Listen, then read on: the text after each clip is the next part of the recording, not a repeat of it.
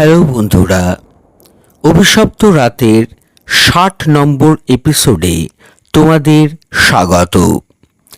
আজকের ঘটনাটা আমাকে বীরভূম থেকে আশিস ইনস্টাগ্রামে শেয়ার করেছে। প্রথমেই আশিসকে অভিশপ্ত রাতের পক্ষ থেকে ধন্যবাদ জানাই এত সুন্দর একটা ঘটনা শেয়ার করার জন্যে। আজকের ঘটনাটা কোনো নামকরা হলিউড এর হরর থ্রিলারকেও বোধহয় হার মানাবে। আচ্ছা বন্ধুরা, তোমরা তো জানো যে অপঘাতে মৃত মানুষের আত্মা তার মৃত্যুর প্রতিশোধ নিতে চায়, কিন্তু তোমরা কি এমনটা শুনেছ কোনো দিন যে একটা দুর্ঘটনাগ্রস্ত ট্রেন তার মৃত্যুর প্রতিশোধ নিতে পারে?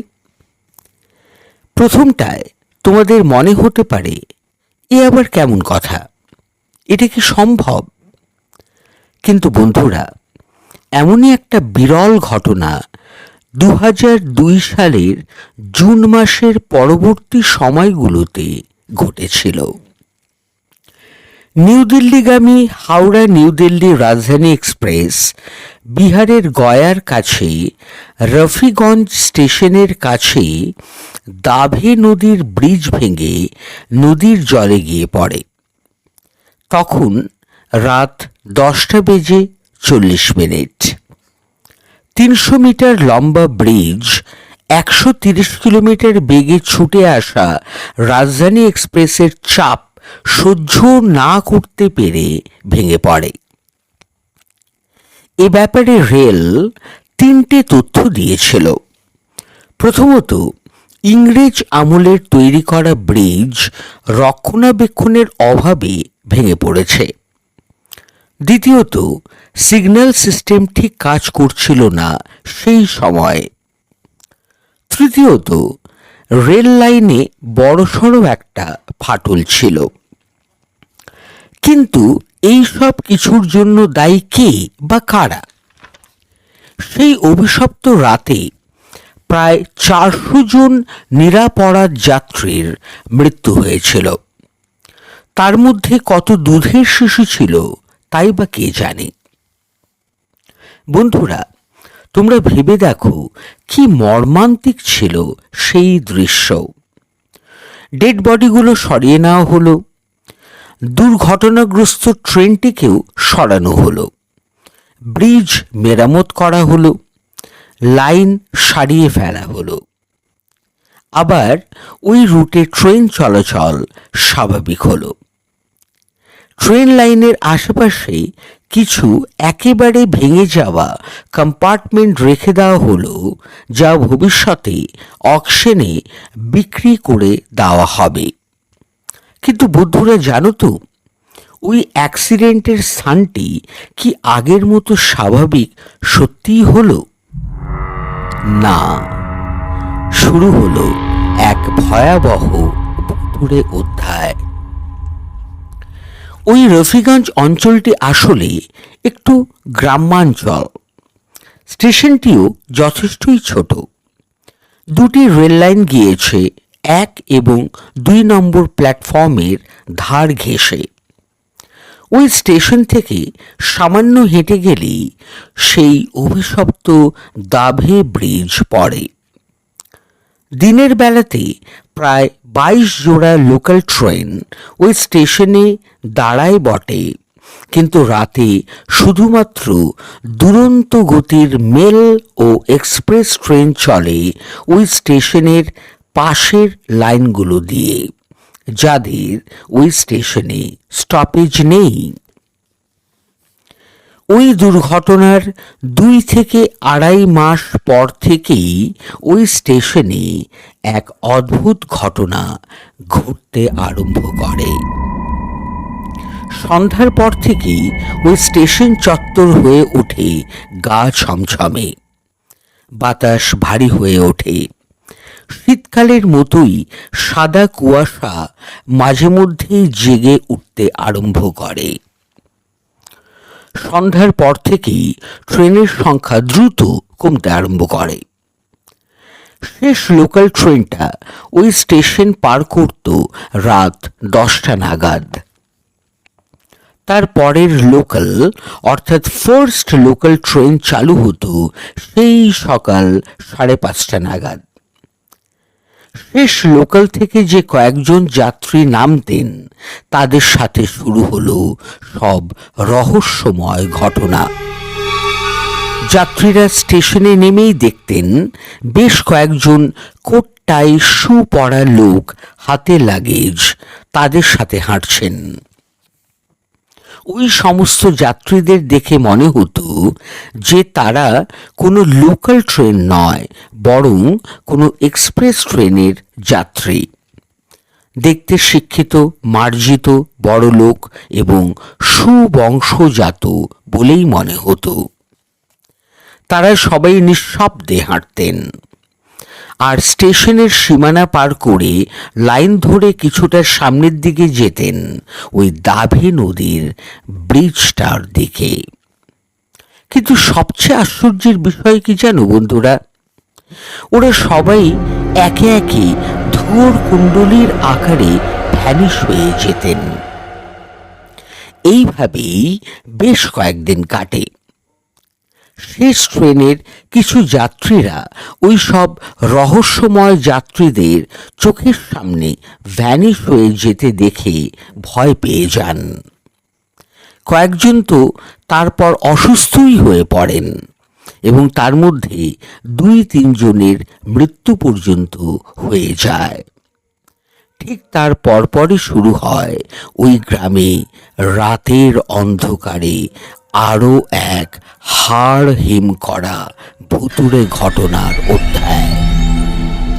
ভোর রাতের দিকে কে বা কারা যেন দরজায় গিয়ে টোকা মারে। দরজা খুলে কাউকেই বাইরে দেখা যায় না। 2-4 দিন এইভাবেই চলার পর এলো সেই বিভীষিকাময় রাত। সেদিন শেষ লোকাল ট্রেনটা লেট করে রাত 10:30 নাগাদ স্টেশনে ঢোকে। হাতে গোনা 2-3 জন যাত্রী ওই প্রায় ফাঁকা হয়ে যাওয়া ট্রেন থেকে নামেন। স্টেশনটা পুরোটাই ফাঁকা। যাত্রীরা ট্রেনের বিপরীত দিকে মুখ করে হাঁটছেন আর তাদের সামনেই কিছু প্যাসেঞ্জার্স হাঁটছেন যারা ওই শেষ লোকাল ট্রেন থেকে নামেননি। তো এখন প্রশ্ন হলো বন্ধুরা, ওরা কারা? ওই শেষ 2-3 জন যাত্রীরা তো ধীরে ধীরে হাঁটছেন ও খেয়াল করছেন তাদের সামনের যাত্রীরা রেল লাইনের উপর দিয়ে দিব্যি হাঁটছেন, একবারের জন্যও পড়ে যাচ্ছেন না। এতটাই দ্রুত হাঁটছেন যে মনে হচ্ছে পায়ে চাকা লাগানো রয়েছে তাদের। ওনাদের কোমর থেকে নিচে পায়ের পাতা পর্যন্ত কেমন যেন একটা ধোঁয়ার আবরণে। ওনারা যেন হাঁটছেন না, রীতিমতো উড়ছেন। বাকি ওই 2-3 জন যাত্রীর তো আত্মারাম খাঁচা।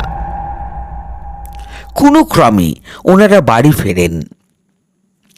সেই ভৌতিক সংবাদ পুরো গ্রামেই ছড়িয়ে পড়তে থাকে আগুনের মতো।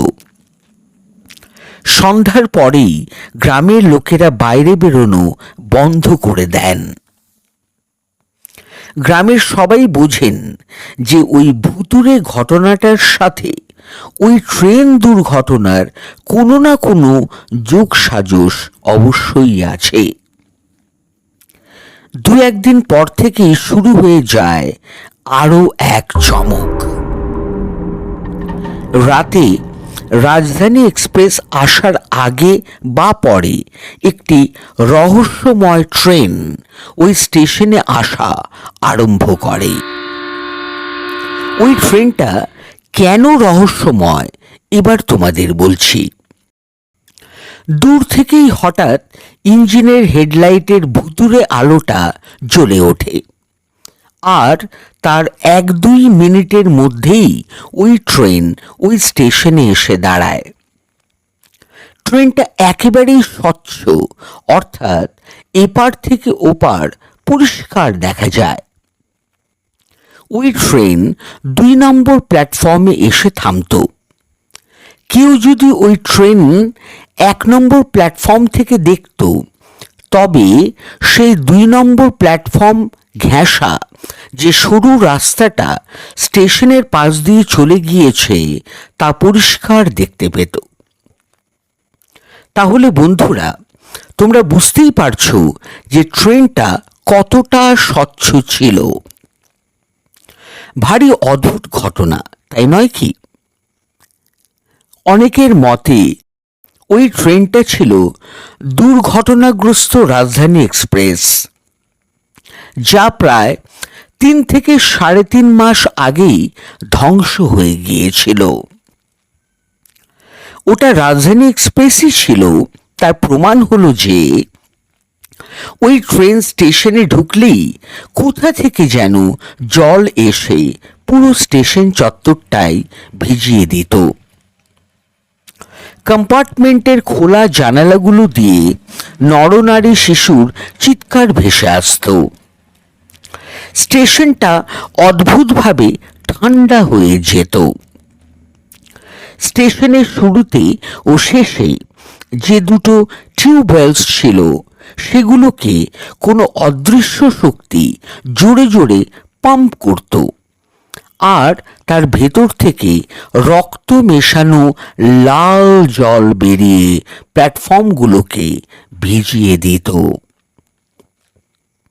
ওই ট্রেনকে যারাই চোখে দেখেছে, তারা হয় কোনো কঠিন অসুখের শিকার হয়েছে, নতুবা কোনো ভয়ানক দুর্ঘটনায় মারা গিয়েছেন। ওই ঘটনা প্রায় মাস খানেক চলার পর ওই গ্রামের পঞ্চায়েত একটা মিটিং ডাকে। গ্রামের মোড়লের নেতৃত্বে সভাতে শুধু এটাই আলোচনা হয় যে ওই ট্রেন দুর্ঘটনার অভিশাপ থেকে গ্রামকে কিভাবে বাঁচানো সম্ভব। তারা রেল কর্তৃপক্ষকেও এই বিষয়ে জানান। গয়া স্টেশনের স্টেশন ম্যানেজারের নেতৃত্বে একটি দল এসে ওই স্টেশনে একটি হোম যজ্ঞের আয়োজন করে। পরে গ্রাম পঞ্চায়েতের তরফ থেকে একটি হনুমান মন্দির তৈরি করে দেওয়া হয় ওই দাভে ব্রিজের ঠিক পাশেই। পঞ্চায়েত থেকেই একজন পুরোহিত নিয়োগ করা হয়, যিনি ওই মন্দিরে নিয়মিত দুবেলায় পুজো করতেন। বিশেষ বিশেষ দিনে গ্রামবাসীরাও সেখানে পুজো দেন এবং ওই দুর্ঘটনায় মৃত ব্যক্তিদের আত্মার মুক্তি কামনা করেন। ধীরে ধীরে সেই ভুতুড়ে ঘটনা কমতে আরম্ভ করে। এখন ওই ব্রিজের আশেপাশে বা ওই স্টেশনে কোনো রকমের অস্বাভাবিক ঘটনা ঘটে না। বন্ধুরা, তোমরাই বলো, বিজ্ঞান এই ঘটনাকে কিভাবে ব্যাখ্যা করবে?